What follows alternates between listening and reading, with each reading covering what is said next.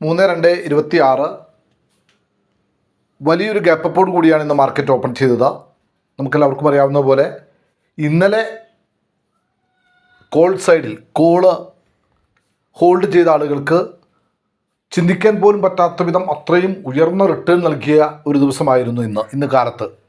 പക്ഷെ ഇന്ന് കാലത്ത് മാർക്കറ്റ് ഓപ്പൺ ചെയ്തതിന് ശേഷം അവിടെ നിന്ന് പതിയെ താഴേക്ക് ഇറങ്ങി വരുന്ന കാഴ്ചയാണ് കണ്ടത്.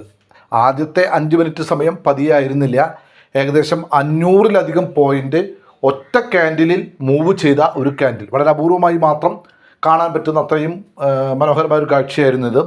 അപ്പോൾ ഇന്ന് കാലത്ത് ഒരുപക്ഷെ കോള് വാങ്ങാനായിട്ട് ശ്രമിച്ച ആളുകൾ വാങ്ങിയത് കറക്റ്റ് സ്ഥലത്തല്ലെങ്കിൽ ഇന്ന് അവർക്ക് വലിയ തോതിൽ നഷ്ടം വന്നിട്ടുണ്ടാവും. അതല്ല, ഇന്നലെ കോൾ ഹോൾഡ് ചെയ്ത ആളുകൾക്ക് ഇന്ന് മികച്ച ലാഭം കിട്ടിയിട്ടുണ്ടാവും. നമ്മൾ മനസ്സിലാക്കേണ്ടത്, ആദ്യമായിട്ട് ഈ മേഖലയിലേക്ക് വന്നിട്ടുള്ളവർ മനസ്സിലാക്കേണ്ടത്, ഇത് വളരെ റയറായി നടക്കുന്ന ഒരു പ്രതിഭാസം മാത്രമാണ്. നോർമലി വളരെ അപൂർവമായിട്ട് മാത്രമേ ഇത്തരം കാര്യങ്ങൾ ഓഹരി വിപണിയിൽ നടക്കാറുള്ളൂ എന്ന് മനസ്സിലാക്കുക. ഇന്ന് കണ്ട ആ സാധ്യതകളൊന്നും സാധാരണ ദിവസങ്ങളിൽ നടക്കുന്ന സാധ്യതകളല്ല.